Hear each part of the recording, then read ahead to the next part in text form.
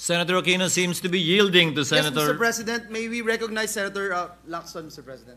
Thank you, Mr. With the President. permission of Senator Aquino, Senator Lacson is recognized. Thank you, Mr. President. Gusto ko lamang pong itama ang misimpression that may have been created by the interpretation of the Honorable Marcoleta do sa Section 135. Sabi niya, yung supplementary application of the rules of court. Basahin ko po yung Section 135, Mr. President. If there is no rule applicable to a specific case, the presidents of the Legislative Department of the Philippines shall be resorted to. And as supplement to this, the rules contained in Jefferson's Manual, Riddick's Precedents and Practices, and Hinds' Precedents. Wala naman po ako nakita doon sa enumeration na rules of court. Di ba po sabi ng mga abogado, di ba yung expressio unius est exclusio alterius. What is expressly included excludes all others. So wala naman pong rules of court. Kaya gusto ko pong itama yung medyo hilaw pong interpretation ng ating Honorable Marcoleta. Maraming salamat po, Mr. President. Noted. Mr. President, may we recognize Senator Bam Aquino has been waiting for his turn to interpolate the gentleman from Tarlac. Senator So moved, Aquino Mr. is President. recognized and may proceed. Maraming Since salamat. The gentleman allow it. Maraming salamat, Mr. President. This is a manifestation, not an interpolation, Mr. President. At kanina pa ako nakikinig. The gentleman may proceed. Marami po sa mga puntong nabanggit na ng mga kapwa nating senador ay sumasang-ayon po tayo at tama, no? Napag-usapan na po ang independence ng Senado, kung gaano kahalaga ang papel na ginagampanan natin sa ating bansa, sa checks and balances ng ating gobyerno. At alam rin naman po ng mga kasama natin na sa caucus, sinabi ko rin po na ang posisyon ko ay dapat mag-convene ang impeachment court at doon magdesisyon kung ano ang mga susunod na hakbang pagdating po sa impeachment case. No? That's known to everyone. I've said that in the media. Mr. President, in our history, nagkaroon po ng mga panahon na ang Senado ay nag-assert ng kanyang independence bilang isang co-equal branch of government. Nangyari po yan many times. I remember in the 90s, kahit po ang executive, at that time, President Cory Aquino nagnais na manatili ang US bases dito sa ating bansa. Yung Senado, nanindigan, kahit puro kaalyado, kahit puro kakampi at kamag-anak nasa Senado, nag-decide pa rin yung Senate to assert its independence and to do away with the US bases. Nangyari po yan many times in our history, Mr. President. Kaya palagay ko, yung role ng Senado napakahalaga pagdating sa pagpapanatili ng checks and balances. And Mr. President, marami tayong tungkulin. May tungkulin gumawa ng batas, may tungkulin sa pagbuo ng maayos na budget, may tungkulin ng oversight, pero meron din pong tungkulin pagdating sa pananagutan or accountability. At yun po yung sole power to try and decide all cases of impeachment. Ang posisyon ko, Mr. President, at nabanggit rin ito ng iba nating mga kasama, ay mahalagang i-assert natin ang ating independence. Mahalaga po na itong papel na ginagampanan natin sa ating Constitution ay pahalagahan po natin. Mahalaga po na manatili ang independence ng ating Senado bilang isang co-equal branch of government. Mr. President, posisyon ko rin po na nagsimula na ang impeachment proceedings. Nag-robe na po, nagsimula na, merong summons na binigay, may response na po si Vice President Sara.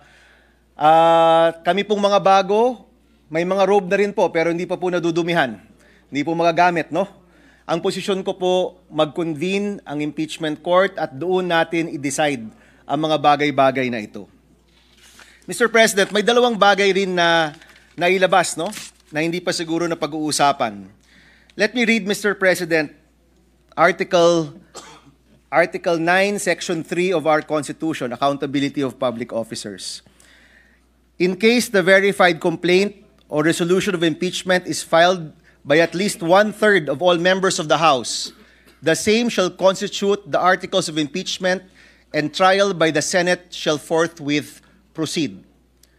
Wala pong dagdag po dito.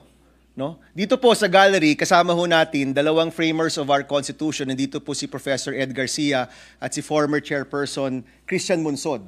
Kanina po, nagbubulungan kami. Sabi ko, nung ginawa nyo to, bakit parang ganun kasimple? Simpleng-simple lang, ito lang. At sabi nga po nila, noon daw, 1/2, 2/3, binabato 1/2 sa deliberation, nag-end up sa 1/3. At yung desisyon ay dahil sa kabilisan. Dahil mahalaga daw na mabilis. Pag may 1/3, members of the House ang pipirma, mabilis na pupunta po sa Senado. At ito po, tinatanong ko sa kanila, dahil sila po yung nagbuo ng ating Constitution. You know, many times, Mr. President, umiikot tayo sa ating bansa. I-bring up ko lang po yung free college law. No? Marami ko sa atin dito nagtulungan para sa batas na yan. Meron kaming nakausap na eskwelahan. Ini-explain sa akin yung opt-out provision. Kung paano sila nag-charge ng mga estudyante dahil sa opt-out provision. At sabi ko sa kanila, mali. Mali ang interpretasyon ninyo. Yung interpretasyon ninyo, wala yan sa aming intensyon. Ang intensyon po namin, libre ang kolehiyo sa mga kabataan. At nung nag-argumento po sa akin, ang sabi ko, mas alam ko yan kasi ako ang nagbuo ng batas na yan. Mas alam namin yan dahil kami ang nagsulat ng provision na yan. In the same sense, Mr. President, the framers of our Constitution, mas alam po nila. Mas alam nila kung ano yung intent ng ating Constitution. Wala pong labis, walang dagdag. Many times, Mr. President, tinatanong tayo, usually pag campaign time to, tinatanong kami, Mr. Senator, hindi ba dapat merong educational attainment requirement yung pagiging senador? At sinasabi ko po lagi, wala, kasi wala po yan sa ating konstitusyon. Wala pong dinagdag, wag tayong magdagdag nang wala pong nakasaad po dyan. So gaya po niya, no, binabanggit ko lang po dito dahil na pag-uusapan, may mga dinagdag na mga procedure. Alam ko po, siguro, tama po ang sinasabi ni Senator Marcoleta, baka maganda naman ang intensyon ng Supreme Court. Pero aminin na po natin, wala po yung ibang mga bagay dyan dito po sa ating konstitusyon. Pangalawang punto, ito po, hindi rin po nagpag-uusapan pa. Nabanggit po dito, wag na tayong lumaban kasi matatalo rin naman tayo. No? Of course, Mr. President, it is improbable, aaminin ko po yan, very improbable na magbago ang Korte Suprema with 15 votes. But it's not impossible. Improbable at impossible, magkaiba po yan, firstly. But secondly, Mr. President, may mga panahon na kahit alam nating matatalo, kailangan pa ring lumaban. Tayong lahat po dito, dumaan po dyan. Ako po, dumaan rin po dyan. Kahit mukhang mahirap, kahit mukhang matatalo, kailangan lumaban pa rin. Tumayo tayo sa sarili nating paa, mag-assert tayo ng ating independence, ipahiwatig natin yung ating saloobin bilang isang grupo, ipakita ho natin na co-equal branch of government tayo, na meron tayong punto de vista, at kahit matatalo, kahit sa kaduluduluan ng lahat, rerespetuhan rin naman natin ang Supreme Court, mahalaga na mailagay pa rin kung ano ang nasa saloobin ng ating grupo.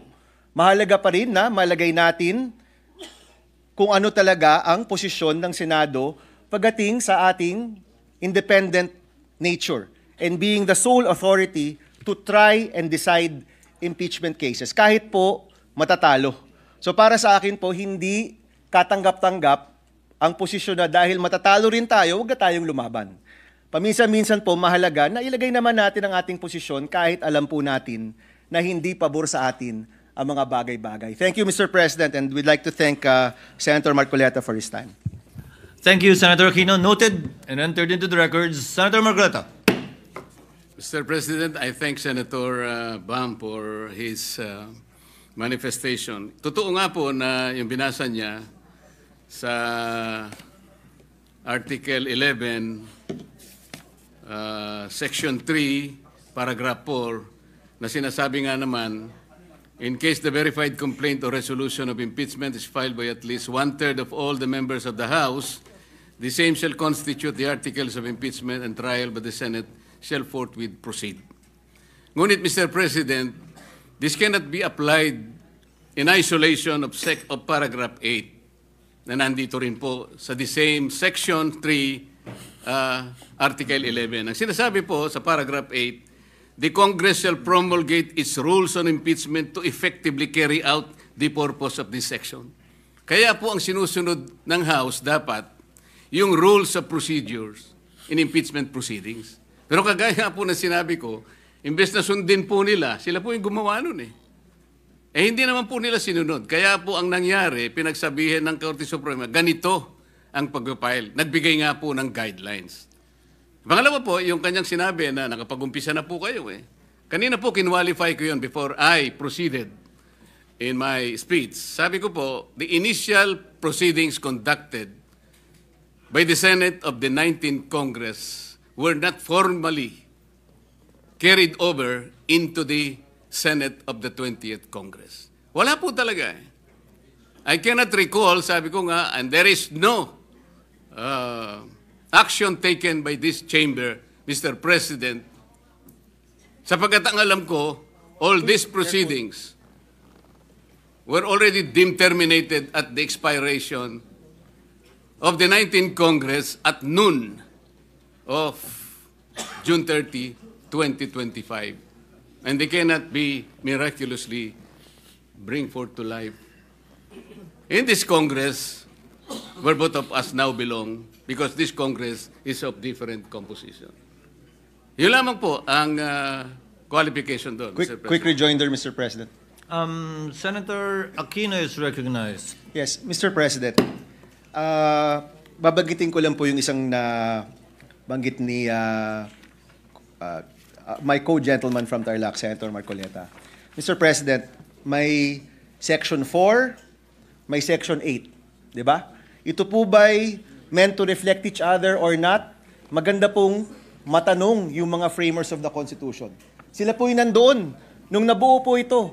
At malalaman natin yan kung meron pong oral arguments. Kung ibubukas po ang mga argumento sa publiko, pwede po magsalita yung framers of the Constitution, at doon po, sa posisyong yon, malalaman natin ano ba talaga ang intensyon ng mga gumawa ng ating Constitution.